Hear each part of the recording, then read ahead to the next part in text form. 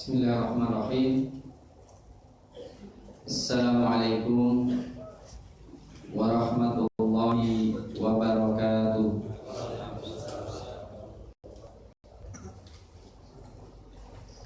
Alhamdulillahirabbil alamin.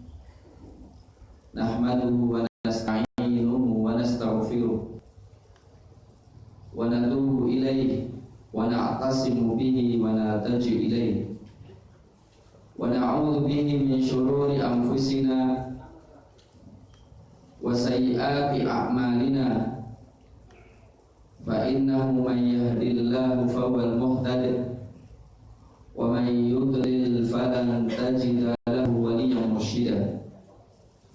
Asyhadu an la ilaha illallah wahdahu la syarikalah wa asyhadu anna Muhammadan abduhu wa rasuluh. Allahumma shalli wa sallim wa barik ala habibina nabiyyina Muhammadin wa ala alihi wa sahbihi wa man sara ala nahjihi wa ihtada bihadihi wa da'a bi da'wati ila yaumiddin. Amma ba'd. Qala ta'ala: A'udzu billahi minasy syaithanir rajim. Innama umirtu an a'buda rabba hadhil baldati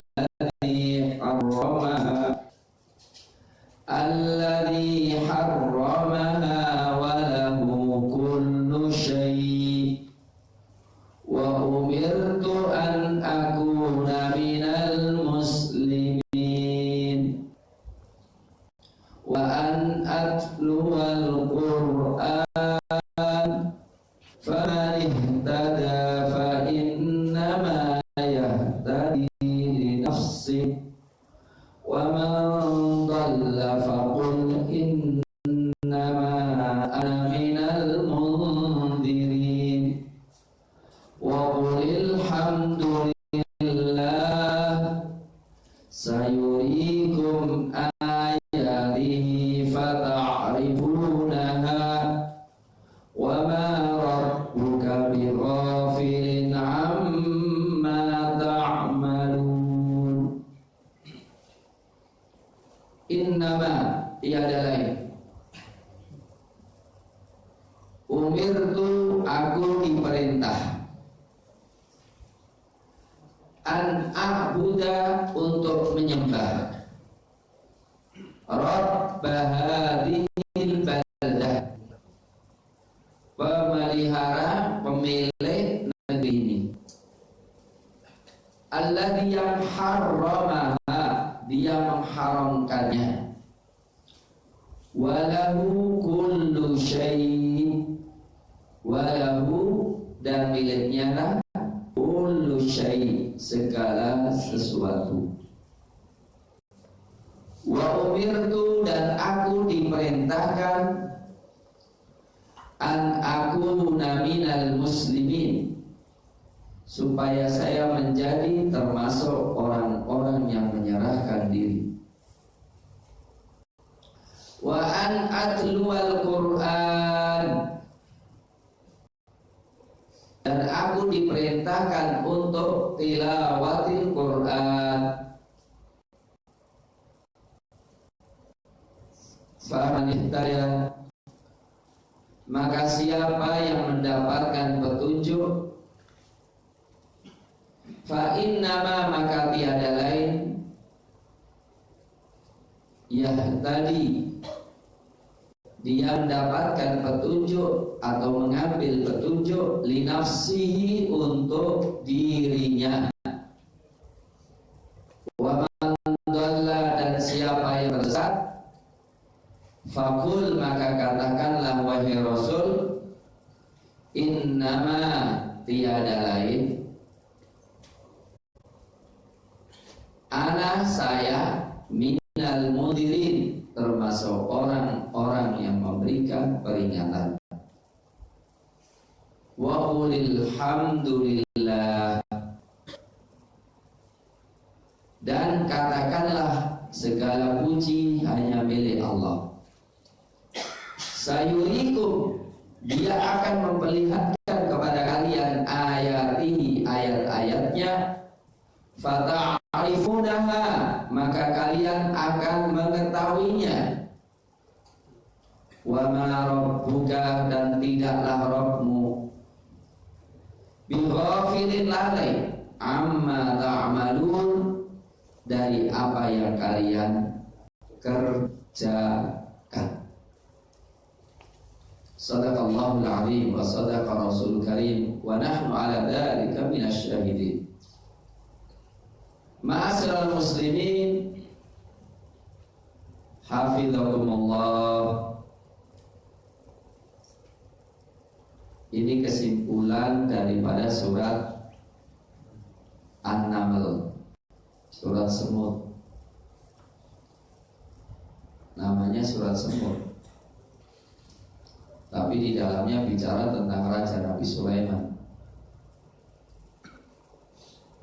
Di dalamnya bicara tentang keagungan dan keesaan Allah Subhanahu wa ta'ala, yang menunjukkan sekecil apapun makhluk akan menunjukkan keagungan dan kebesaran Allah Subhanahu wa ta'ala.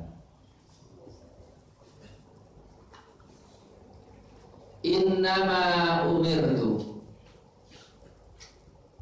ini perintah Allah kepada Rasulullah sallallahu alaihi wasallam. Dan ada kaidah, perintah Rasul itu apakah perintah kepada umatnya? Yang benar, perintah kepada Rasulullah adalah perintah kepada umatnya, kecuali kalau ada pengecualian.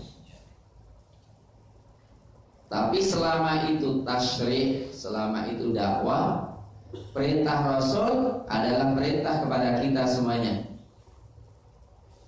Untuk itu harus kita ucapkan pula, harus kita tegaskan pula, innama umirtu, tiada lain aku itu diperintahkan. Maka fokus yang diperintah, jangan fokus yang sesuatu yang tidak diperintahkan. Ini adalah fokus hidup. Fokus hidup untuk lebih memperhatikan kewajiban dan perintah Allah sebelum yang lainnya. Adapun semua yang kita lakukan harus dikaitkan. Dalam ruang lingkup ini tidak. Apa? Umirtu an apa? An a'buda Rabba hadhil badah. Katakanlah sesungguhnya tiada lain, aku diperintah untuk menyembah Rabb negeri ini. Jadi hidup kita itu tujuannya adalah ibadah kepada Allah.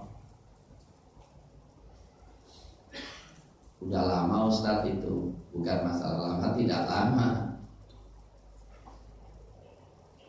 Benar gak orientasi kita untuk ibadah? Harus ada keterkaitan semua kegiatan-kegiatan. Masuk ke organisasi, keluar dari organisasi, ikut aksi atau gak ikut aksi, semua ada kaitan dengan ibadah. Kalau nggak ada keterkaitan dengan ibadah, jangan dilakukan, sia-sia. Karena kalau kita melakukan segala sesuatu tidak bernilai ibadah, hasilnya apa? Akan mempengaruhi ibadah itu sendiri. Maka yang benar, seluruh hidup adalah ibadah.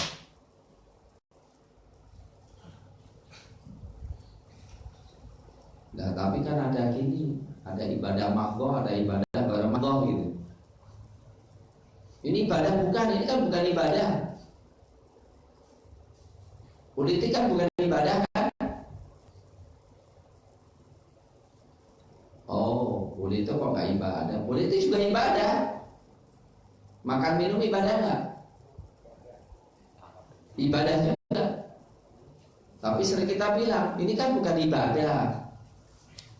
Oh, perbedaan ini ibadah bukan ibadah itu bukan masalahnya masuk dalam ruang lingkup ibadah tidak pada Allah atau tidak, tapi ini ibadah murni atau tidak. Kaitannya adalah kalau ibadah murni, maka semua cara dan tata cara serta waktunya harus sesuai dengan paket Allah. Nah, kalau ibadah bukan murni, makan dan minum, injur, nikah, jual beli, apalagi, olahraga, apalagi, hiburan. Iya, dia bukan ibadah dalam arti ibadah murni, tapi dia harus bernilai ibadah, yaitu lakukan karena cari ridha Allah. Yang kedua, lakukan sesuai dengan batasan-batasan yang Allah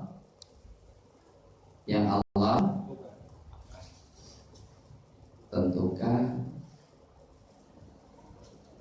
Dan tetaplah semua ibadah ghairu mahdhah sebagai sarana, bukan sebagai tujuan.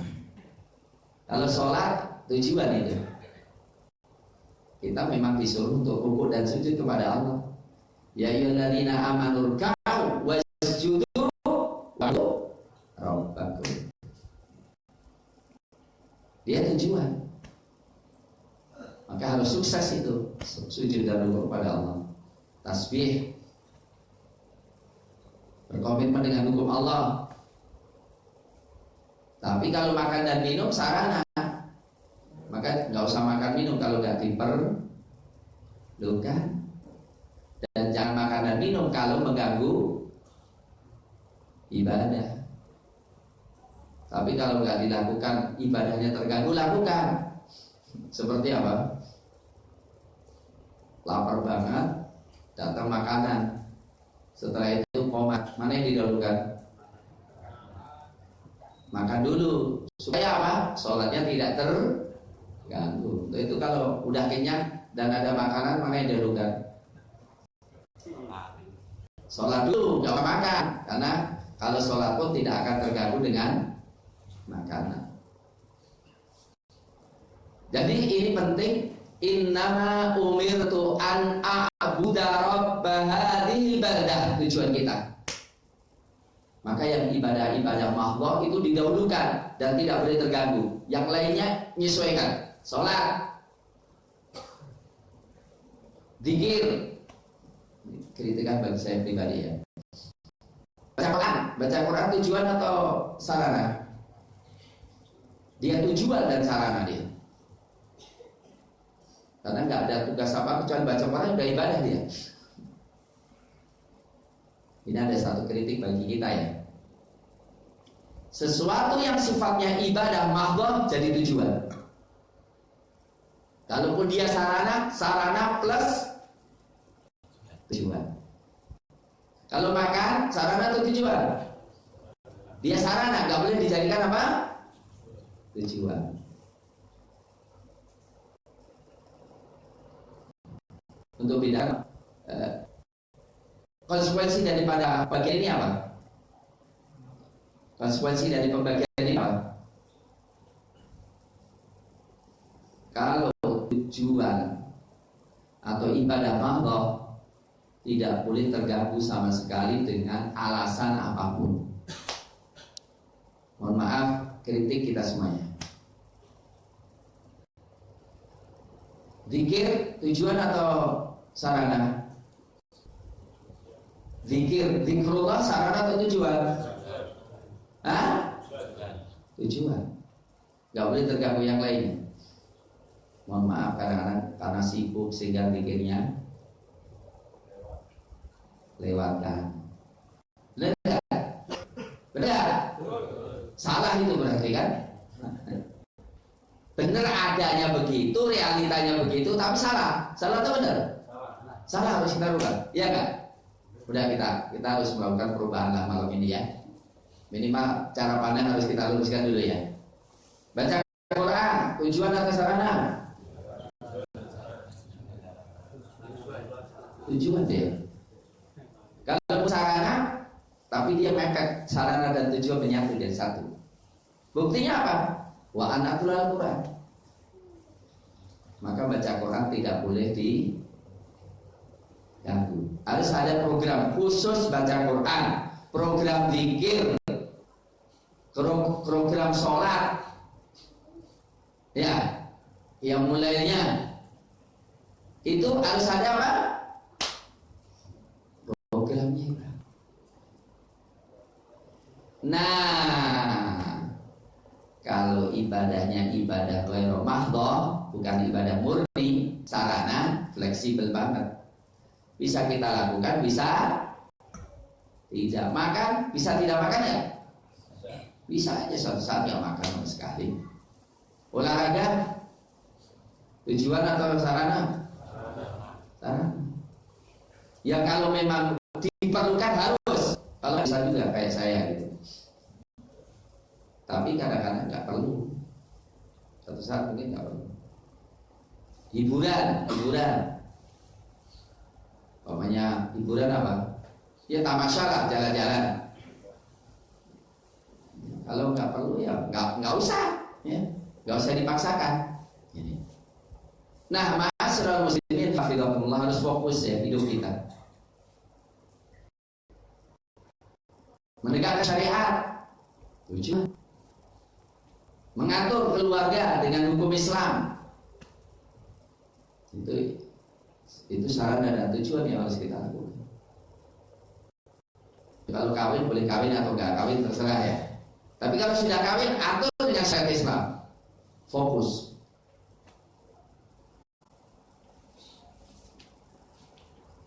Karena kan perintah oleh Allah, kan Allah perintahkan wa anihkum bainahum bima anzalallah. Apakah keluarga kita sudah diatur dengan Islam? Apakah pendidikan sudah diatur dengan Islam? Oke. Ibadah itu apa sih?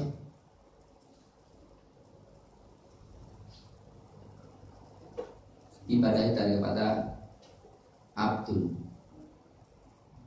Abdun itu ketundukan. Maka ibadah adalah, kali lagi saya ulang lagi, pernah saya bahas secara panjang lebar, tapi nggak perlu lagi. Ibadah secara bahasa ada dua, ghayatul khudu' wa ghayatul tadallul. Ghayatul khudu' wa ghayatul tadallul. Klimaksnya ketundukan dan klimaksnya merendahkan diri. Maka tidak akan dikatakan ibadah kalau orang menyombongkan diri. Dan tidak dikatakan ibadah kalau orang tidak mau tunduk. Syarat utama tunduk dan merendahkan diri. Maka namanya thariqun mu'abbadun, jalan yang mu'abbad. Jalan yang mu'abbad itu jalan yang di apa? Plaster, yang di apa? Yang di siapa? Dilalui apa? Nggak ada gerunjal sedikit pun pula. Maka Nabi Musa alaihissalam mengatakan pada Firaun, ketika Firaun mungkin jasanya kepada Musa, apa kata Nabi Musa alaihissalam kepada Firaun? Wa tilka ni'matun tamunnuha alayya an 'abadta Bani Israel. Perhatikan ini firman Allah. Wa tilka ni'matun tamunnuha alayya. Itu ya kenikmatan pemberian yang engkau ungkit-ungkit, engkau berikan kepadaku. An abatta, dengan kompensasinya engkau abatta, engkau menjadikan Bani Israel sebagai abid-abidmu, sebagai budak-budakmu. Kaan abata itu memperbudak. Jadi yang namanya hamba itu ya budak Allah kita. Artinya budak itu apa ya? Mau dapain? Nggak akan pernah nolak sama sekali. Nah, tujuan kita adalah manut nurut apa perintah Allah itu. Maka termasuk ibadah kalau kita nurut suruh makan. Bahkan ibadah tinggi loh. Di antaranya apa? Ketika pas berbuka puasa kan suruh makan itu. Itu ibadah tinggi itu. Sahur suruh makan kan? Itu ibadah tinggi itu. Jadi semua perintah Allah itulah ibadah. Kita melaksanakan perintah Allah itu ibadah. Tetapi tidak cukup dengan merendahkan diri dan taat kepada Allah, tetapi harus disertai kamalul mahabbah wa kamalul ar-raja wa kamalul khauf. Jadi ibadah itu apa? Klimaknya ketundukan disertai klimaknya merendahkan diri dan dengan dorongan dan motivasi sempurnanya cinta, sempurnanya takut, dan sempurnanya harapan. Harus jadi satu. Dalam ibadah itu kita tunduk, tapi bukan terpaksa karena cinta.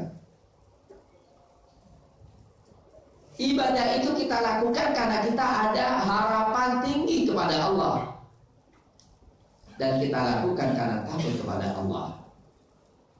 Ayat-ayat tentang itu sangat banyak.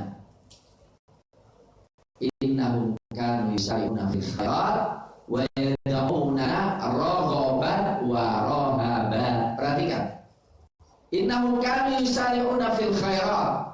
Mereka bersegera dalam kebaikan wa yad'una, dan berdoa kepada kami raghaban.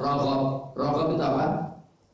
Harapan. Wa rahaba, dengan rasa takut. Dengan demikian, ibadah itu sesuatu yang sangat nikmat. Gak ada ibadah terpaksa, itu gak ada. Sesuatu yang dilakukan karena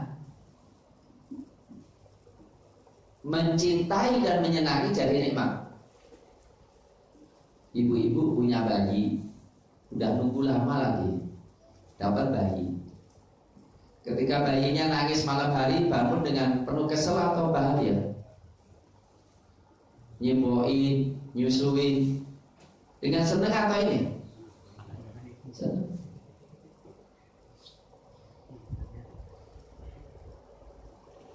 Saya suka mencontohkan abdi dalam di apa?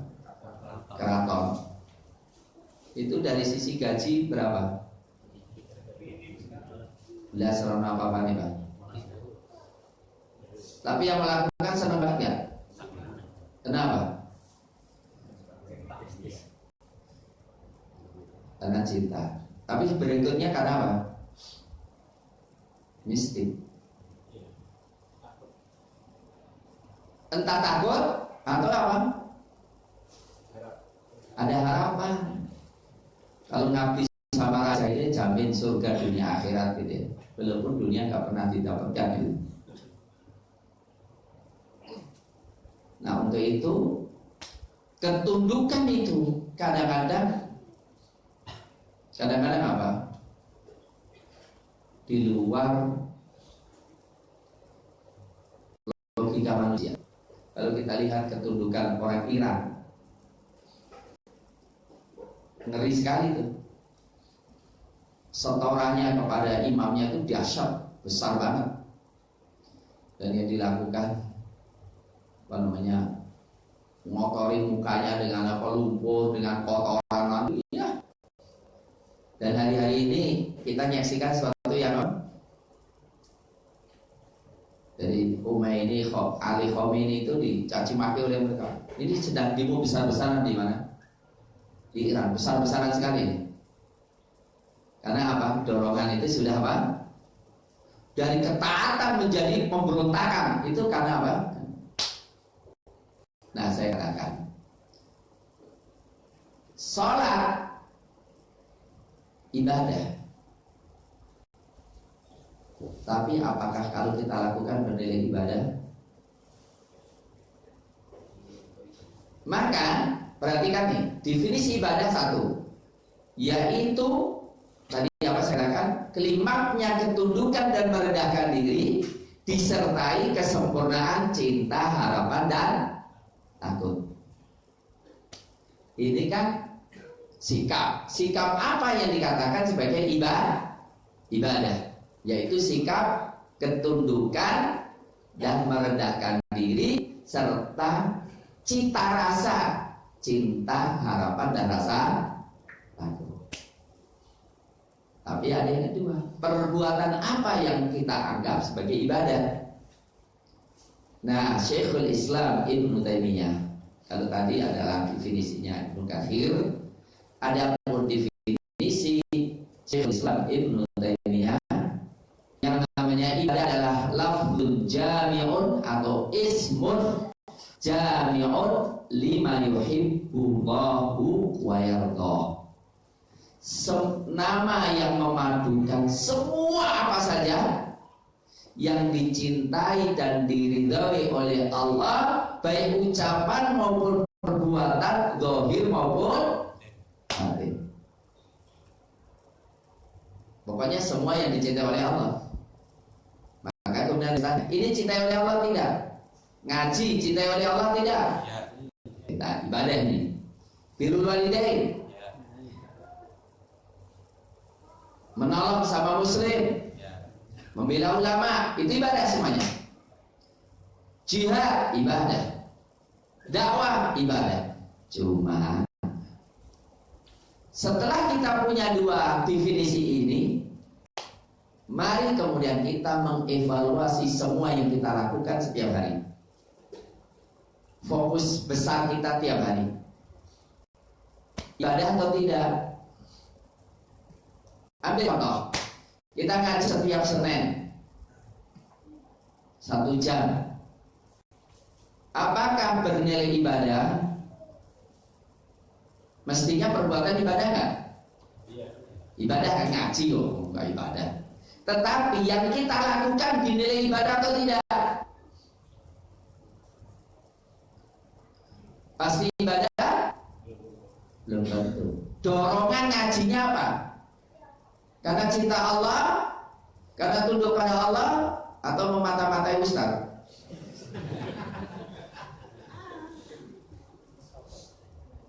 Kan nilainya jauh kan? Atau karena ingin cari apa? Utangan, atau ketemu konco? Kan lain ya. Kalau kita ngaji ini karena cinta sama Allah, karena tunduk pada Allah, karena ingin mengharap pahala Allah, karena takut diberkahi oleh Allah, bernilai ibadah dan pasti nikmat. Orang ngaji itu, apalagi kita baca Quran di masjid Allah, rahmat turun, sakinah turun, dibanggakan oleh malaikat, itu kira-kira besar atau kecil? Kalau itu suatu yang besar, kira-kira menikmati nggak?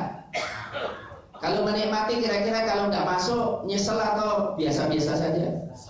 Jujur. Kalau nggak masuk itu biasa-biasa saja atau apalagi ada alasannya hujan. Ini mari kita evaluasi. Kita baca Quran, bernilai ibadah tidak? Bertingkat-tingkat, tergantung. Kalau bernilai ibadah, maka kita menikmatinya. Kita jihad dengan penuh resiko. Kalau bernilai ibadah, pasti kita menikmati itu. Maka sebenarnya ibadah itu suatu kebutuhan, bukan suatu bukan hanya sekadar suatu bebas. Oke kan? Maka yang pertama adalah memastikan semua yang kita lakukan ibadah karena dicintai oleh Allah. Dan sesuatu dicintai oleh Allah atau tidak, perhatikan kan? Ada sesuatu yang lebih dicintai oleh Allah dan ada sesuatu yang dibolehkan oleh Allah. Dan jadi bagus karena tujuannya. Ya contohnya apa? Datangi istri itu dicintai oleh Allah enggak? Dia mubah aja sih sebetulnya. Tapi kalau orang mendatangi istri untuk cari mujahid, nah, kayak Umar bin Khattab ya, niatnya cari mujahid itu. Nilainya besar banget sih Allah Subhanahu wa taala. Waktu itu umum nggak akan jadi ibadah kan? Karena dibenci oleh Allah. Sesuatu yang dibenci oleh Allah tidak akan mungkin menjadi ibadah. Nah, untuk itu, ma'asyiral muslimin, ada bayangan nggak kira-kira 24 jam sepekan fokus yang paling besar yang kita lakukan apa? Volume waktu yang paling banyak menyita waktu dan paling banyak menyita perhatian, kira-kira ibadah tingkat yang mana ya? Cari duit, oke. Cari duit ibadah enggak? Ibadah enggak? Mestinya. Kenapa ibadah? Karena dicintai oleh Allah atau karena diperintahkan oleh Allah? Jadi cari duit itu dicintai oleh Allah atau diperintahkan oleh Allah? Apakah hanya sekedar mencari duit itu diperintahkan? Atau diperintahkan mencari duit untuk sesuatu? Lah kalau hanya sekedar mencari, orang kafir juga mencari. Tapi ternyata bukan bernilai ibadah kan? Kita mencari duit diperintahkan oleh Allah. Karena apa? Allah perintahkan kita nikmatilah pemberian Allah. Walladzi ja'ala lakumul arda firasya walladzi ja'ala lakumul arda dalulan famshu fi manakibiha wa kulu min rizqi wa ilaihi nusyur. Makanlah dari kulu min thamarihi wa ma'amilat aydihim afala yashkurun. Yang kedua, kita mencari rezeki dalam rangka memenuhi kebutuhan kita supaya nggak menggantungkan diri pada orang lain, dan supaya kita bisa membantu orang yang kita bisa bantu, supaya memenuhi kebutuhan orang tua, supaya memenuhi kebutuhan keluarga, supaya memenuhi kebutuhan ya diri sendiri, dan supaya bisa berinfak, nilai ibadah itu. Maka Allah menyamakan antara mencari rezeki dengan jihad di jalan Allah. Ini harus kita hadirkan ini. Harus kita hadirkan. Maka makan dan minum bisa menilai ibadah. Ya ayyuhar rasul, ya ayyuhan nabiyyu alladzina amanu kulu min thayyibati ma razaqnakum washkuru lillahi in kuntum iyyahu ta'budun. Makan dan minum jadi nilai ibadah di sisi Allah. Buktinya apa? Man akala aw syariba faqal alhamdulillahilladzi at'amani hada wa razaqanihi min ghairi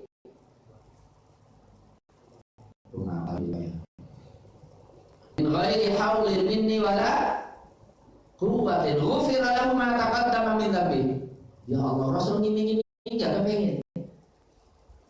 Siapa yang makan dan minum kemudian membaca segala puji bagi Allah yang telah memberikan rizki aku, rizki ini tanpa daya dan kekuatanku, diampuni dosa yang telah lalu. Subhanallah. Allah ngampuni dosa kalau nggak ridho mungkin ya? Hah? Kenapa? Kenapa Allah ngampuni dosanya? Karena Allah ridho kan? Nilai ibadah nggak? Tinggi nggak? Puasa aja. Kenapa kita semangat? Karena ada kata-kata ghufira lahu ma taqaddama. Lah ini sama, makan dan minum, kemudian berdoa dengan doa itu, ghufira lahu ma taqaddama min dhanbi. Kan mestinya kalau orang ingin ibadah pada Allah itu cari itu doanya di mana itu, diapalin itu.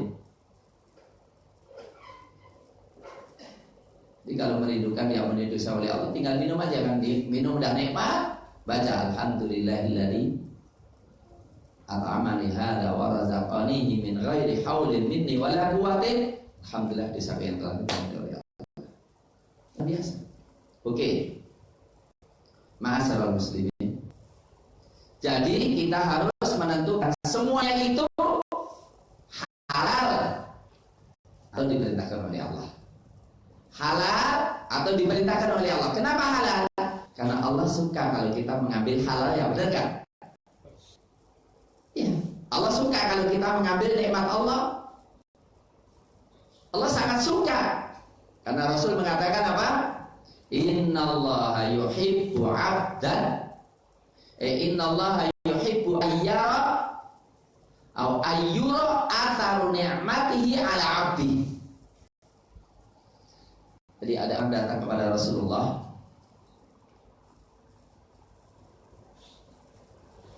pakaiannya itu apa namanya,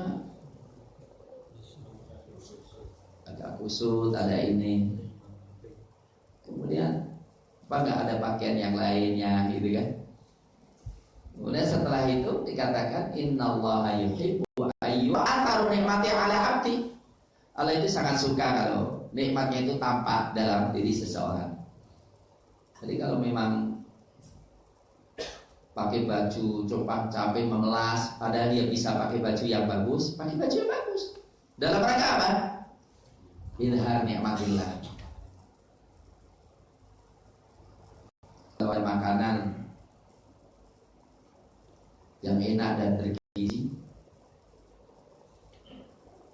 nggak apa-apa sekali-kali makan. Dalam rangka apa? Ini nikmat dari Allah. Kan Allah ngiming-ngiming itu, ya, tentang buah-buah, gitu nggak? Bener nggak? Kemudian tentang apa? Daging, iya nggak? Tentang ikan, iya nggak? Jadi kalau kita makan itu dalam rangka menikmati nikmat Allah dan bersyukur, nilainya tinggi di sisi Allah. Cuma kalau hal-hal yang sifatnya halal itu harus ada kaitan dengan tujuan. Maka jangan input saja, outputnya di mana? Maka ada seorang syekh, makanannya banyak, makannya banyak. Muridnya tanya, syekh, makannya kok banyak amat? Mosok syekh makannya banyak? Ikannya banyak itu dimakan tuh. Ente jangan lihat apa yang aku makan, tapi produkku. Untuk makanmu berapa? Produkmu apa? Buku yang kau sudah tulis, ilmu yang kau sudah berikan, belum ada. Nah, aku makan ini kan ilmu banyak berikan pada orang. Jadi harus produktivitas. Maka cari duit banyak karena masalah, tapi yang dikeluarkan juga apa? Banyak. Maka termasuk juga olahraga itu, ya. Gak apa, ya. Kenapa kurus? Biasa Ustaz, karena saya itu biasa lari lah 20 kilo, 30 kilo itu. Ya. Itu nggak masalah, bagus. Tapi setelah itu apa? Wah, kalau kerja yang lainnya 1 jam sudah kelengar, dia 10 jam masih ayo terus. Nah, itu bagus gitu.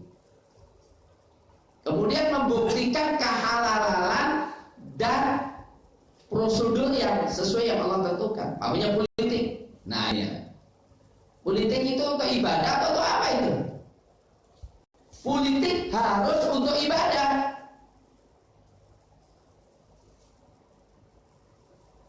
Jadi harus fokus itu loh. Apa politik itu? Saya lari pada politik ya, karena ini tahun politik ya. Politik untuk ibadah atau untuk apa? Ya. Saya tanya, politik itu sarana atau tujuan? Dia sarana kan? Nah, kalau sarana, maka kalau kita beribadah dalam politik, ya, pokoknya jadi anggota DPR. Anda itu jadi anggota DPR untuk ibadah atau untuk apa? Untuk ibadah. Oke, bagus. Anda di birokrasi untuk ibadah atau apa? Untuk ibadah. Bagus. Tapi ingat, politik adalah sarana. Tujuannya jelas. Dan itu yang menjadi fokus pikirannya dan kerjanya, yaitu apa? Politik itu mengarahkan kehidupan umat kepada yang lebih baik, jauh daripada kemungkaran, dekat dan kebaikan. Yaitu apa? Mengegulkan legislasi dan ya otoritas kebaikan. Jadi dia berpolitik itu nanti apa? Jadi sesuatu menjadi positif, hukum positif itu. Sholat itu jadi hukum positif. Zakat jadi hukum positif. Jilbab, baca Quran, wah itu. Contohnya apa? Nggak akan naik tingkat, nggak akan naik gaji kecuali bacaan Qurannya harus naik. Kalau enggak. Ngakunya Islam nggak gitu, berarti nggak berpancasila dia. Tanda Pancasila kalau semakin hari hafalannya semakin bertambah. Baru program keumatan itu harus jelas. Umat semakin iman pada Allah, semakin mentauhidkan Allah oleh Allah Subhanahu Wa Taala, ya keadilan semakin ditegakkan. Itu yang dikatakan. Maka kemudian terjemahnya lari kepada apa yang dikatakan oleh para sahabat.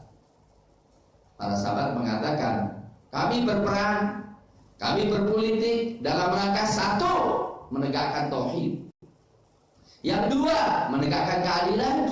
Yang ketiga, menciptakan kesejahteraan. Jadi kalau berpolitik harus begitu. Jadi bukan nyalonkan atau nggak nyalonkan. Kenapa kami nyalonkan dia? Karena dengan dia umat terlindungi. Dengan dia hukum Islam dijalankan. Baru begitu. Bukan asal dapat kursi atau nggak dapat kursi. Kalau kehilangan arah repot nanti. Setiap kampanye pakai ayat kursi. Setelah dapat kursi ayatnya hilang, tinggal kursinya. Ini jadi masalah besar itu. Tayyib.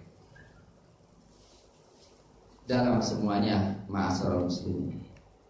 Itu juga melanjutkan kuliah itu juga untuk ibadah atau untuk apa? Ibadah kan? Tapi tujuan atau sarana? Sarana dia. Sarana untuk tujuan. Nah, tujuannya apa? Kira-kira kalau orang melanjutkan kuliah pertimbangannya apa ya? Bekerja atau apa? Saya ingin tanya, kenapa orang banyak milih fakultas kedokteran? Nah itu jadi masalah kan gitu kan? Ya. Kenapa kok yang eksak ya, teknik industri rame? Kenapa yang fakultas usuluddin kok jadi? Nah ini dia. Maka mestinya ketika anak-anak kita melanjutkan perkuliahan, pertama tanya, Islam lebih membutuhkan apa ini? Kuliah apa yang harus saya lakukan ini? Umat lebih membutuhkan apa ini? Pertimbangan duit nggak ada sekali itu. Nah itu baru itu nanti semuanya. Innama umirtu an a'budah Rabba hadhil baldah. Negeri ini memang Allah hanya Robnya Mekah saja, baldah di Mekah.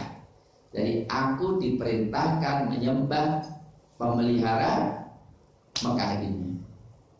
Ya kali yang diajak ngomong orang Mekahan. Ya. Jadi istilahnya apa? Orang Mekah itu sebetulnya dapat nikmat, dapat aman karena Mekah. Nah, ayatnya kan banyak dalam surat Al-Ankabut dalamnya. Alladzi at'amahu min ju'i wa amanahu min khauf. Untuk itu kan ya lucu. Anda itu dapat makan karena Allah, karena rumah Allah ini, kok kemudian malah menentang Allah. Sama juga sebetulnya. Innama umirtu an a'buda rabba hadhil baldah Indonesia. Jadi kami ini menyembah kepada yang memiliki Indonesia. Yaitu apa? Kami menyembah yang memiliki Indonesia. Maka kami ingin mengatur Indonesia dengan syariat Allah. Itu harus cita-cita seorang mukmin. Kalau bicara ingin mengatur Indonesia dengan syariat Allah kan selalu konotasinya kemana? Hah? Intoleran dan lainnya. Lucu dong. Kami ingin menyembah pemelihara Indonesia ini. Alladzi harramaha. Kalau Indonesia bukan harramaha. Harramaha itu apa? harramaha, mengharamkannya. Ternyata kata mengharamkan itu, kalau babi diharamkan artinya apa? Babi jelek gitu ya, nggak boleh didekati. Tapi kalau Mekah diharamkan oleh Allah artinya apa?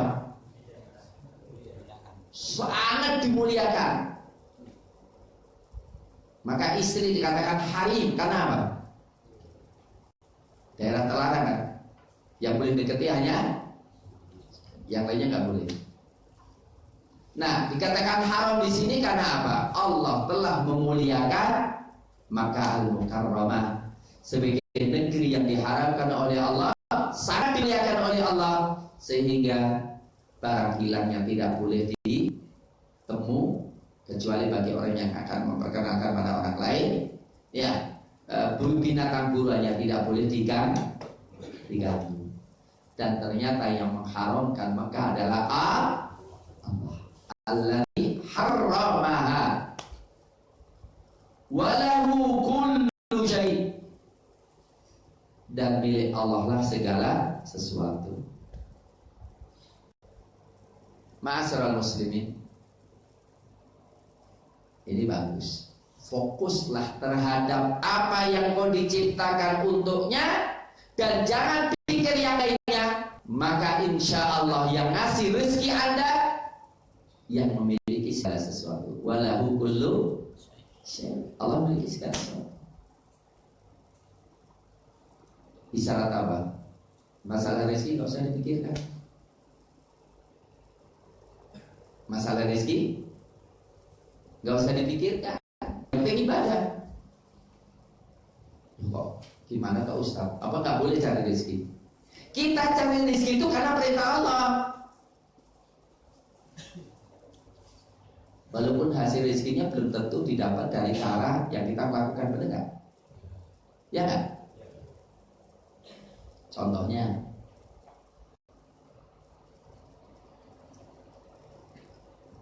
siapa? Si Hajar lari ke sana kemari. Hasilnya dari lari-lari dapat airnya atau di luar? Di luar. Ini kita juga cari rezeki ya kita lakukan. Tapi bukan tujuannya untuk dapat rezeki, tujuannya pada kepada Allah. Sebab kadang-kadang apa? Kalau kita sering ikuti Allah, suka tergoda dengan kita. Kayak gitu ya, dapat rezeki mana? Contoh, dokter.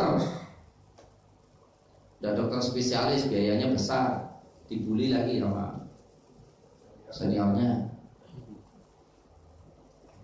Yang ceramah Ustaz Muin, pusing gitu. Dokter itu pikirannya bagaimana masyarakat sehat semuanya, gak ada yang sakit. Kalau gitu dapat duit dari mana Ustaz? Ya kan? Pikirannya semuanya sehat semuanya.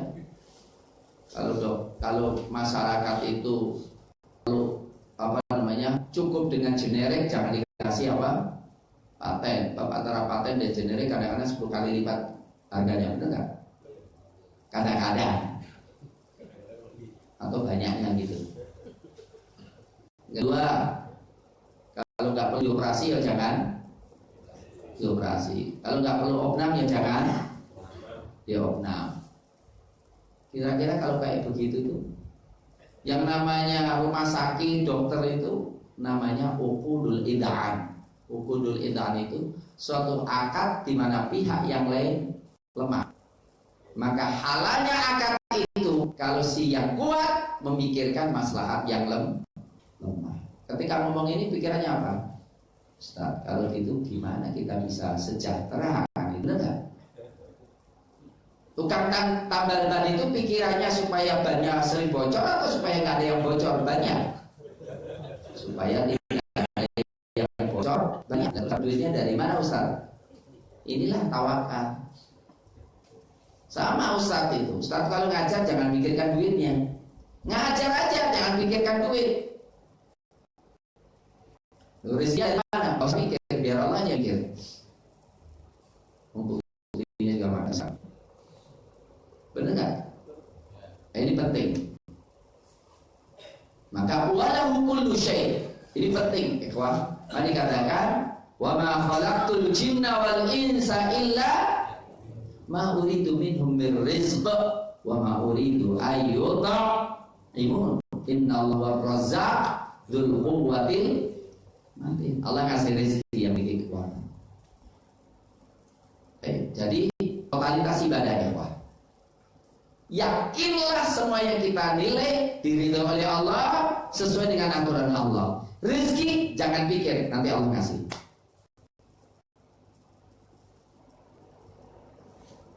Karena kata Allah walahu kullu syai'. Istilahnya apa?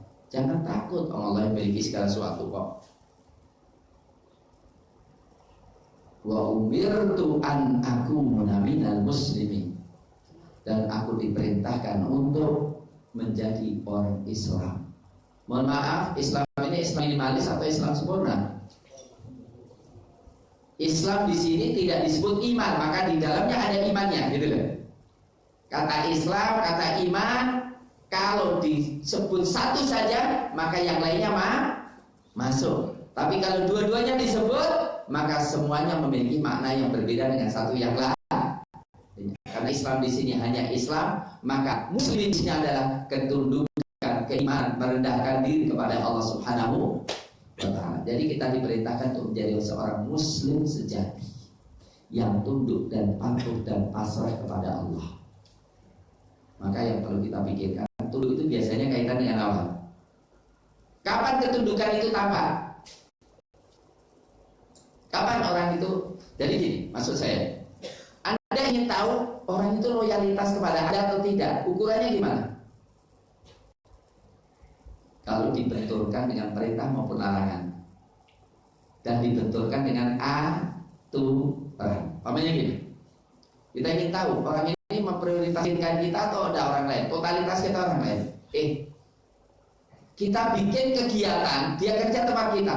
Kita bikin kegiatan di waktu pas ada kegiatan yang lainnya.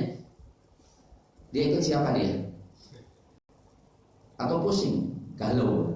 Wow, berarti pikirannya gak jelas ini. Masih ada mendua ini. Nah, jadi kita diperintahkan totalitas kepada Allah. Maka kalau sudah ini perintah Allah, gak boleh rapat, gak boleh sedang tamasya, ya. Maka mestinya yang selama ini itu sering jadikan pengajian jadi korban. Alasannya macam-macam. Kenapa nggak ngaji? Rapat RT. Besok kenapa nggak ngaji? Sedang kerja bakti. Kenapa RT? Walah, pas adanya apa? Arisan. Besoknya lagi, waduh itulah teman-teman itu sedang ngomong. Loh kok ngaji? Pas kosong.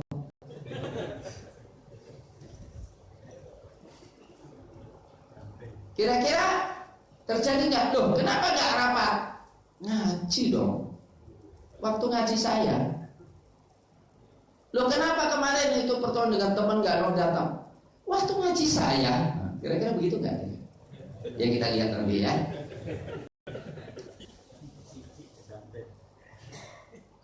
Lah itu baru tadi. Wa aku minal muslimin.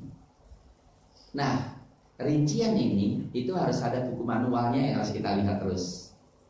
Skala prioritas, pedoman, larangan, perintah, ya. Karena kita katakan minal muslimin ini kalau ada larangan, bertepatan larangan itu sesuatu yang kita sukai. Ada perintah, bertepatan perintah itu sesuatu yang tidak menguntungkan kita. Atau ada aturan, kalau kita ikut aturan kita yang kalah, kita yang nggak dapat keuntungan. Tetap baru minal muslimin. Rinciannya ada di dalam buku manual. Maka wa'an al-wal Quran. Saya diperintahkan untuk selalu baca Al-Quran. Iya. Untuk diriku sendiri aku baca Quran. Dan untuk kalian aku baca Quran. Mohon maaf, kelihatannya sederhana nggak? Instrumennya sederhana nggak? Ibadah, instrumennya baca Quran. Mestinya cukup nggak? Mestinya cukup nggak? Mestinya cukup. Karena kata an-atul Quran, para yang itu artinya ngikuti. Ya. Maka tilawah dikatakan tilawah kalau membacanya disertai makna, kemudian membaca disertai tadabbur, dan disertai mengikuti isi daripada yang dibaca. Alladzina atainahumul kitab yatlunahu haqqa tilawati. Ulaika yu'minuna bihi. Al-Baqarah 121.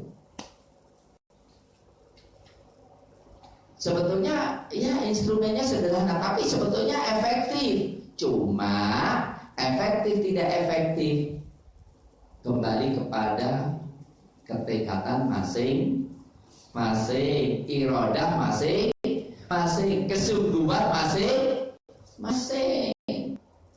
Adapun ustaz nunggu rezeki dari Allah. Ustaz nunggu rezeki dari Allah. Ya, ada ustaz yang masya Allah dapat rezeki dari Allah. Contohnya kalau di Solo ya, MTA Ustaz Sukino, ya dapat rezeki Allah. Ya. Maka murid-muridnya yang dari apa? Kalau ngaji itu dari apa? Pilihan sana datang ke MTA itu ngajinya hari Ahad, hari Rabu sudah apa? Datang. Coba pikirkan biaya nginep segala macam berapa? Tapi mau, ya kan memang sadar ada ya, ngaji di sini nikmat, benar kan? Ya nggak usah iri, itu rezeki Allah yang Allah berikan kepada beliau kan gitu kan? Maka banyak ya, pengajian yang datang 10.000, ngundang Ustaz Sukino hari Ahad. Untuk apa? Tabligh akbar piro. Ini nggak usah ada tabligh akbar yang datang udah 10.000 gitu kan? Rapatnya 1.000 orang. Nah, ya maksudnya rezeki gitu loh. Ya Ustaz Abdul Somad, ya. Memang rezeki beliau, ya. Kalau beliau ceramah datang banyak, ya. Semuanya mau mengikuti kalimat beliau. Itu rezeki dari Allah kepada beliau. Maka termasuk juga Rasulullah baca rezeki beliau. Kembali kepada masing-masing. Maka faman ihtada fa innama yahtadi binafsihi. Udah kita terangkan. Kita berusaha terangkan sejelas mungkin apa yang harus kita lakukan. Tapi setelah itu istiqomah kita ngaji, kita ngamalkan apa yang kita ngaji, kemudian kita komitmen dengan apa yang sudah menjadi temuan kita terhadap kebenaran. Fa innama yahtadi binafsihi. Semuanya kembali untuk masing-masing dan untuk ustaz. Wa man dhalla, dia enggak mau kan? Yang sesat, wa man dhalla fa inna ma yadillu ala nafsi, dia sesat untuk dirinya. Lah aku Nabi gimana? Faqul, katakan Nabi, innama ana minal mundhirin. Tiada lain, aku hanya memberikan ini hasar nisbi ya. Memang Nabi hanya memberikan peringatan. Kabar gembira juga kan?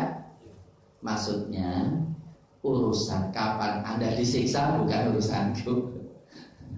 Kapan Anda ya kehilangan rahmat Allah itu bukan urusanku, tapi yang penting apa? Aku ngasih tahu. Prakteknya, implementasi, pelaksanaan, pelaksanaan ancaman itu Allah. Maka faqul innama ana minal mundhirin. Nah, jadi Nabi hanya memberikan peringatan. Kalau Nabi hanya memberikan peringatan, Ustaz itu. Quran memberikan peringatan. Siapa yang maksiat dihancurkan oleh Allah. Siapa yang suatu negeri LGBT banyak hancur oleh Allah. Tiba-tiba ulil absar ngomong, sudah dikatakan negeri yang banyak LGBT-nya itu negeri yang paling makmur. Karena kehancuran tidak ada kaitan dengan LGBT. Kurang ajar kan ini? Ini kurang ajar yang tingkat tinggi. Ini sebetulnya ini pelecehan terhadap agama ini. Buktinya apa? Negeri-negeri yang membolehkan LGBT kok yang mana-mana aja. Ini kurang ajar banget ini sebetulnya. Karena apa? Nabi mengatakan, iya pasti akan dihancurkan oleh Allah. Tapi kapan waktunya? Yang menentukan kan Allah kan, benar kan? Ini sebetulnya omongan ulil absar Abdallah ini ngelecehin kata Nabi. Karena Nabi mengatakan, "Na'am, idza kasratul khabas." Negeri itu akan dihancurkan oleh Allah kalau perzinahan sudah ngeri. Saya katakan, komunitas LGBT, Kok tiba-tiba di Solo ada 5.000, di Klaten ada 5.000, di sana ada. Kok begitu cepatnya? Masa semuanya punya penyakit bawaan gitu? Jadi ada usaha untuk segera apa? Menghancurkan negeri Indonesia. Kalau negeri itu LGBT, kira-kira mau diajak perang bisa nggak? Nggak mungkin. Jadi perlu kita ketahui bahwa ini akan menghancurkan Indonesia ini. Tapi kita hanya memberikan peringatan. Tergantung kita masing-masing. Sebenarnya masih banyak, waktu udah habis. Aqulu qouli hadza wa astaghfirullah wa lakum. Walhamdulillahi rabbil alamin.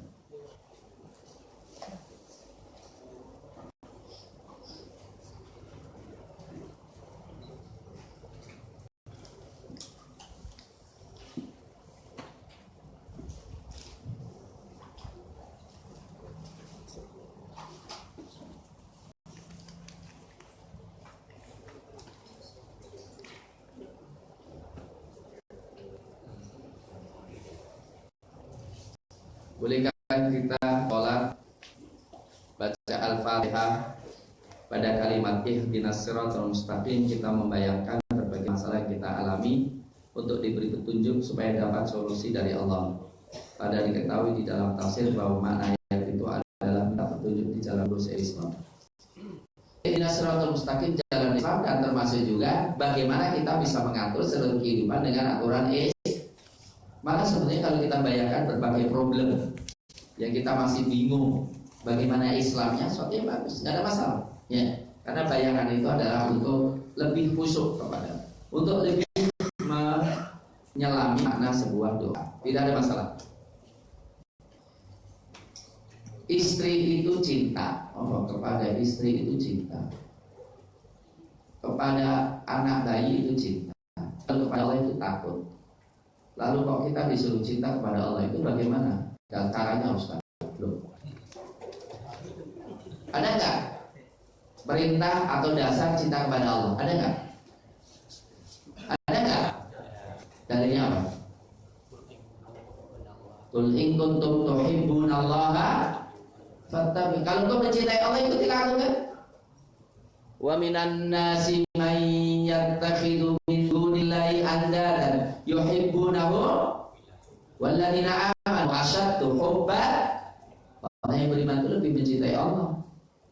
Qul in kana aba'ukum wa abna'ukum wa ikhwanukum wa azwajukum wa ashiratukum wa amwalun iktaraftumuha wa tijaratun takhshawna kasadaha wa masakinun tardawnaha ahabba ilaikum minallahi wa rasulih.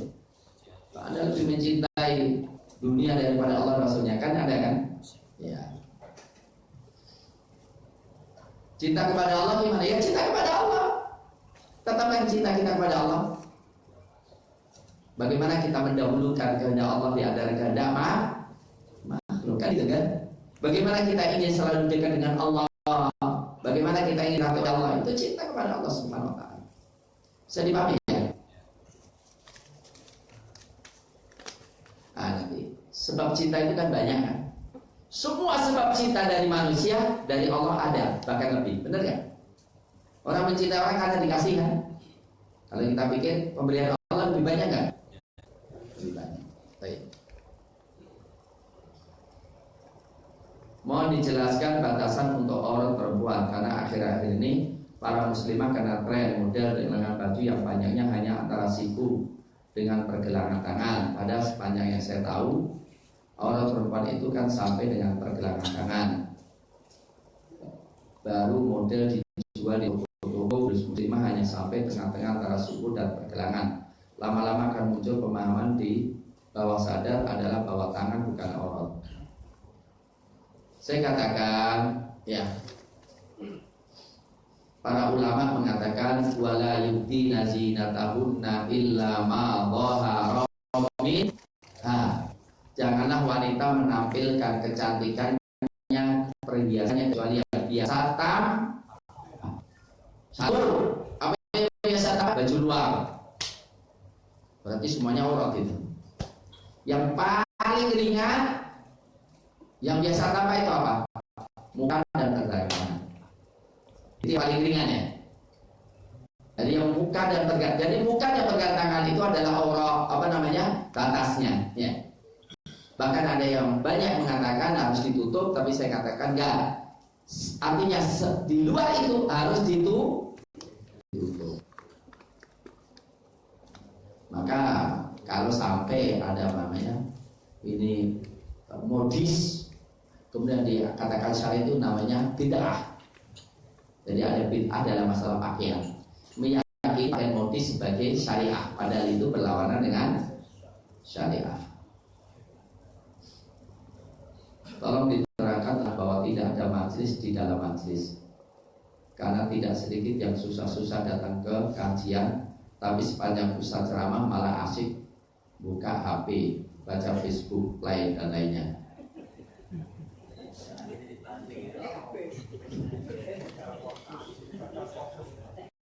Kira-kira yang buka HP itu kira-kira cakep semuanya atau hilang semuanya? Kira-kira bisa fokus nggak? Ma ja'alallahu li rajulin fi qalbayni fi jawfi. Allah tidak akan menjadikan dua hati dalam rongga seseorang. Nggak mungkin orang mendua itu, nggak mungkin ya. Itu yang kita harapkan dalam rangka menghormati ya, dan dalam rangka untuk fokus ya. Ketika pas dalam kajian jangan ganggu temannya ya. Jadi jangan sampai kita melakukan aktivitas sehingga membuat apa, temannya tergoda gitu ya. Ya. Itu penting sekali ya dalam rangka adab majlis. Sekiranya demikian, mudah-mudahan Allah Subhanahu wa taala mengampuni dosa kita semuanya. Allahumma arinal haqqa haqqan warzuqna ittiba'ah wa arinal batila batila warzuqna ijtinabah. Allahumma inna nas'aluka al-huda wat-tuqa wal-'afafa wal-ghina. Allahumma inna nas'aluka al-huda wat-tuqa wal-'afafa wal-ghina. Wa sallallahu ala nabiyyina Muhammadin wa ala alihi wa sahbihi wasallam. Subhana rabbika rabbil izzati amma yasifun wa salamun alal mursalin walhamdulillahi rabbil alamin. Assalamualaikum warahmatullahi wabarakatuh.